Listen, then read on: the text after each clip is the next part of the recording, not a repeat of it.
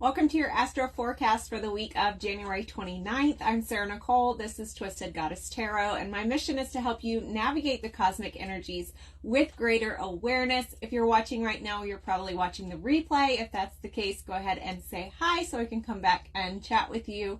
If you are new here, we do this every Monday where I pop on and we chat about the astrological energy for the week, what is happening, what movement is happening up in the cosmic dance, so that you can energetically prepare for that.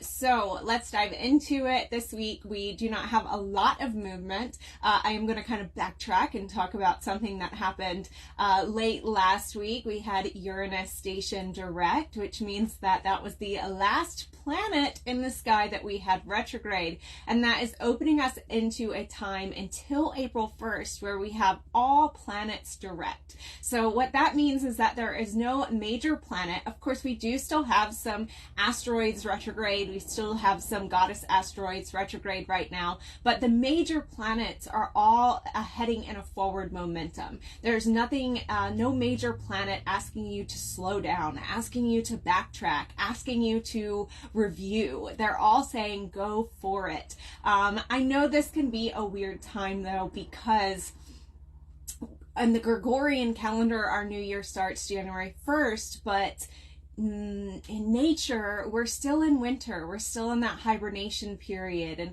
we don't have the astrological new year until the spring equinox. This year it'll be on March 19th. So if you're not quite feeling that energy of all planets direct, forward momentum, go get them, that's okay. That just means that you might be a little bit more in tune to the fact that we're still in winter and we're still in this very hibernation period, okay? Hey, Cher. So that is what I wanted to share, that we do have that forward momentum until April 1st. The only other thing we are chatting about this week, we do have Friday, February 2nd. We have a last quarter moon at 13 degrees Scorpio. I know the full moons get the most talked about, but do not forget that we have other phases of the moon as well that hold other energy and other teachings for us as well. So the last quarter moon occurs when the sun creates a challenging square aspect to the waning moon while the energy of the moon is releasing. And this square aspect really pushes us into action. It creates a sort of tension or crisis mode, which make the themes of the last quarter moon surround release, surrender, and letting go. The last quarter moon is the moon phase that corresponds to release, that corresponds to letting go, while the light of the moon is releasing, and while we have this square aspect calling us to take action, because release is an action word. I know some of you like to release on the full moon, and I always am sure to say that in spirituality, there's no right or wrong. Always do what feels called for you. Although I'm not quite sure where the release on the full moon started or came from. Astrologically speaking, the full moon is a time for celebration and gratitude and illumination. And the last quarter moon is a time for release. So I always say, if you like to release on the full moon and that has been working for you, continue. There is no right or wrong. Continue doing what you're doing. But if you feel like, oh, maybe that makes sense, right? Maybe when the light of the moon is full, I will celebrate. I will give gratitude for the fullness in my life, and I will seek that illumination. And maybe on the last quarter moon, when the light of the moon is releasing, I will start my release work. See how that works for you, and let me know if it feels more aligned to release under that last quarter moon. I know some people have told me that it does feel more aligned. So you're being asked to choose something to remove from your life that is no longer serving you. This could be a physical object. This could be a personality trait. This could be a relationship. It could be a situation. It could be a belief, right? It could be anything really. But this last quarter moon this month is occurring in the sign of Scorpio, and Scorpio is all about diving down to the depths of your subconscious, diving down to the depths of your being. And so you are being asked this month to really dig deep into that psyche of yours, and maybe pull out something that you didn't have the courage to release before. You see, Scorpio is ruled by two planets. planets. In traditional astrology, it is ruled by Mars. So it still has a lot of that courage in it, right? That Mars, that warrior energy. But in traditional or in modern astrology, it is ruled by Pluto, which is all about deep transformation. And it teaches us that sometimes we cannot control everything and we have to loosen our grip. And so that is why I'm saying this last quarter moon would really be an impactful one to dig deep into that psyche and get rid of something that has some deep roots that is not serving you anymore. Okay. Hey Freddie, if you like to have a ritual attached to your release work, you can write it on a leaf and then release it into a body of water. And I know a lot of you are saying, wait, I usually do a burn ceremony when I'm releasing, right? I usually release it into a burn bowl.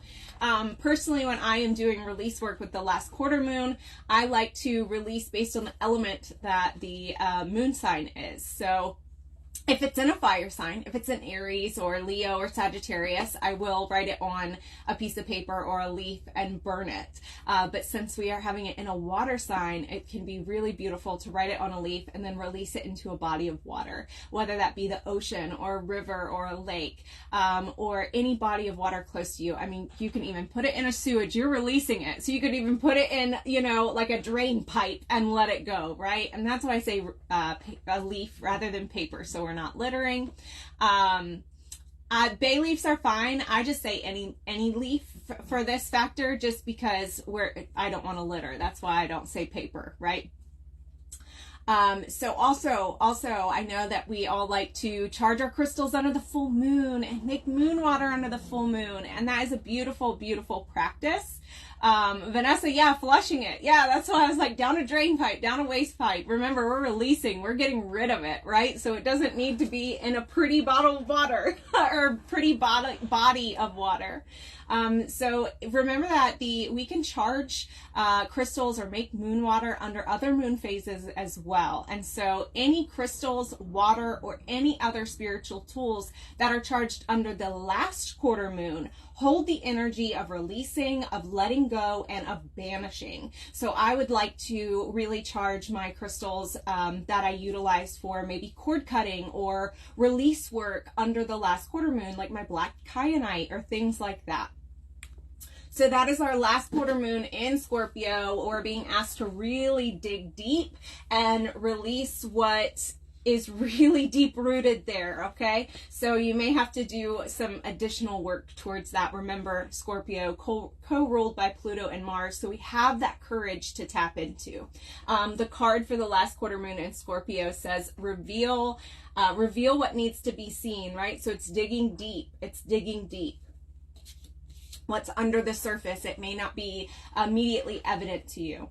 Also on February 2nd, we are going to be celebrating the 2-2 portal. Since that is not quite astrological information, we will wait to chat about that in a separate post on the day of.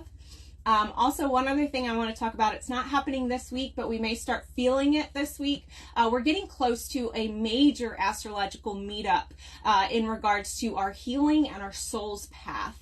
The North Node and Chiron are going to be coming into exact conjunction starting on February 11th. And it will stay within a 1-degree conjunction until February 24th. Now, we've already been feeling this energy, and we're going to continue to feel it well into April when the solar eclipse occurs right in this area as well. So this is a big one in terms of our healing and our soul's purpose, like I said, because Chiron is the wounded healer. Where Chiron is in our chart shows us some of our greatest, deepest wounds. It's said that our Chiron wounds, some of them maybe even can't be healed, right? But maybe they can just be accepted and alchemized into our ability to heal others. It's kind of that,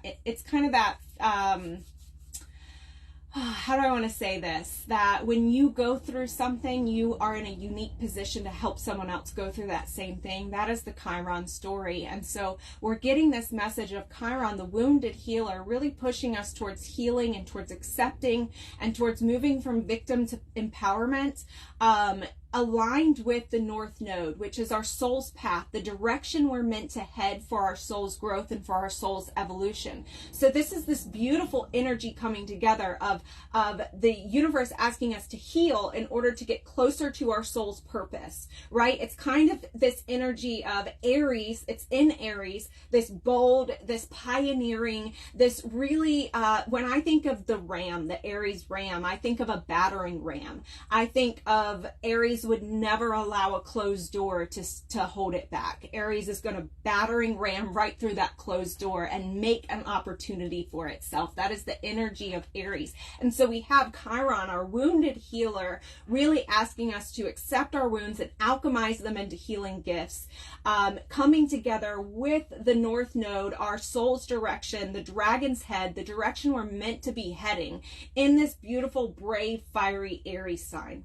And so this is just really pushing us to heal our wounds, to get closer to our highest good, our highest self. And so if you've been feeling that already, because although that sounds really beautiful, and it is beautiful, when it's occurring, it doesn't always feel beautiful until we're on the other side of that, right? I'm sure anyone in this live right now and watching the replay who has gone through a healing journey can attest to that, right? That it's beautiful on the other side of it, but usually it's only hindsight when we're looking back that we can see the beauty in it. And so just know that if you start having some wounds be triggered, right? That is, we're feeling that already. Although the exact conjunction doesn't start until February 11th of Chiron in the North Node in Aries, it is something we're probably already feeling as they come closer and closer together, because we're going to start feeling that conjunction before they're exactly together, right? So I wanted to mention it here before it comes up, as some of you might start feeling it already or have already been feeling it. Also, if new healing modalities come into your vantage point during this time, that is not by coincidence. That is something that the universe is saying, here's a new healing path, right? Healing Chiron, North Node path to take, Aries being new, Aries being the initiator. Here's a new healing path to take. So if something comes across your feed or your screen, or you hear somebody talking about a new healing modality, that is not a coincidence. That is the universe placing that in your path, because it might be exactly what you need to alchemize your wounds into healing. Okay. So that is what I wanted to talk about there. Raven, I just picked up Sacred Woman book by Queen Afu, and it feels like a new healing path. Yeah, I love that. That's why I wanted to talk about it before the actual astrological event, because this is one that, since, you know, the North Node and Chiron are both kind of slow moving, it's something we're going to be feeling over the course of the next few months. It's not something that's going to be just a 1 week instance that we feel it, or a couple day instance, like the full moon, we feel it for 3 days. No, this is something we're going to be feeling over the next few months into April, when we have that eclipse in Aries in April. So that is our Astro Forecast for the week. If you missed the beginning, you can always come back and watch the replay, and I will see you all next week on the Astro Forecast. So much love.